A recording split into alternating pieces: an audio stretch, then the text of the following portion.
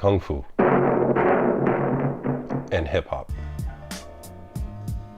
Words and ideas that are now intimately intertwined in modern American and Black culture, but have a history tied up in the symbolic power of art to challenge oppression. Kung Fu is a martial art originating in China some 4,000 years ago that combines meditative breathing techniques taught in the Shaolin Temple with regional martial art systems designed by varying ethnic groups throughout the land. During the 1600s, the Manchu ethnic group established the Qing dynasty and claimed dominion over the ethnically Han Chinese.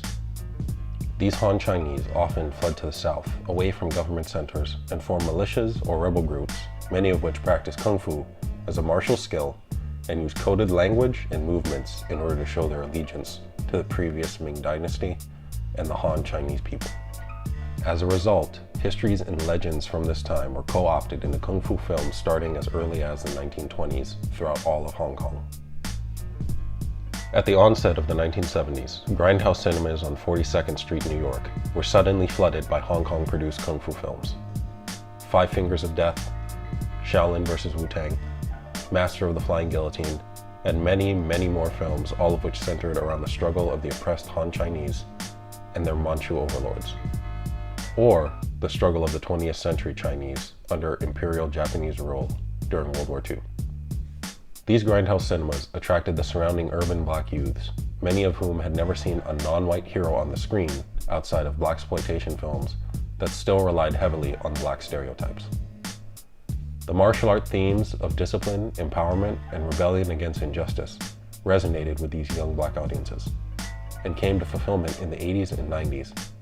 Black martial artists such as Wesley Snipes, Michael Jai White, Sifu Kisu, John Jones, Israel Adesanya, and the legendary Anderson Silva all drew inspiration from some form of martial arts media that played on the same themes of empowerment and betterment through physical development. Hip-hop artists such as Kendrick Lamar, Philippe Prosper, RZA, GZA, Raekwon, and all the other members of the Wu-Tang Clan drew inspiration from these Kung Fu flicks in the 1970s and identified heavily with the ability to use one's own art form to rebel against an established order, whether that art form be Kung Fu or hip-hop. The distinction between these two art forms lies within the nature of symbolic power. Symbolic power, as defined by Pierre Bourdieu, is the capability of producing effects without visible expenditure of energy.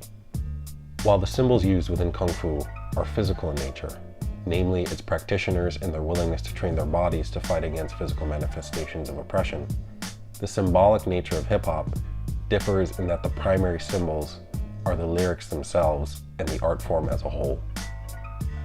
Chinese swords are replaced by black tongues that spit out lyrical hits that deal damage to the oppressors of marginalized groups, all in an effort to replace full-on military physical conflicts in our streets with intellectual battles that leave no casualties. This is the true strength of the union between Kung Fu and hip-hop.